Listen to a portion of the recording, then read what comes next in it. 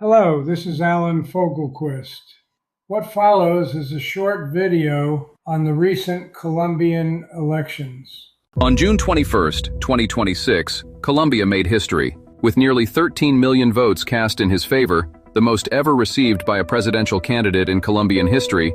Abelardo de la Espriella won the presidency in a razor-thin runoff, defeating left-wing Senator Iván Cepeda by less than 1 percentage point. But to understand what that result means, you have to understand the country that produced it. De la Espriella, 47, is a self-described outsider, a dual Colombian-American citizen who entered politics just 2 years before his election. Running under the Defenders of the Homeland movement, he campaigned on an iron-fist approach to crime, promising mega-prisons for cartel leaders, aerial fumigation of drug crops, and deep military cooperation with the United States and Israel. His economic platform called for smaller government, lower taxes, and expanded fossil fuel production. He was endorsed by U.S. President Donald Trump, a fact that energized his base and inflamed his opponents. His support was strongest in Colombia's inner departments and among the diaspora abroad. His opponent, Iván Cepeda, 63, represented a very different vision. A human rights activist and senator from the historic PACT coalition, Cepeda pledged to continue the progressive reforms of outgoing President Gustavo Petro,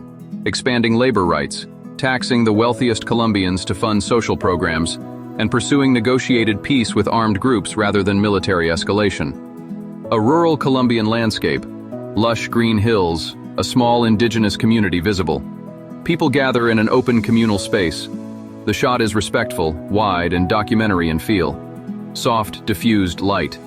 This visually represents Cepeda's running mate Aida Quilque and the coalition's focus on underrepresented communities. He chose indigenous activist Aida Quilque as his running mate. His support was concentrated in Bogotá and Colombia's outer departments. A third candidate, conservative lawyer Paloma Valencia, backed by former President Álvaro Uribe, finished third in the first round with roughly 7% of the vote before endorsing de la Espriella for the runoff. The central fault line of this election was security. Colombia's 2016 peace deal with the FARC had promised a new era, but violence surged back. In 2025 alone, nearly 15,000 homicides were recorded, the highest figure in a decade, while extortion cases more than doubled since 2015. Outgoing President Petro's total peace strategy, which sought ceasefires with armed groups, was widely seen as having failed. Voters, like many across Latin America, turned toward the candidate promising strength over negotiation. In the first round on May 31st, de la Espriella led with 43.7% to Cepeda's 40.9%. The runoff on June 21st drew a turnout of 63.6%. De la Espriella won with 49.66%. Cepeda conceded on June 24th. A recount confirmed the result the following day.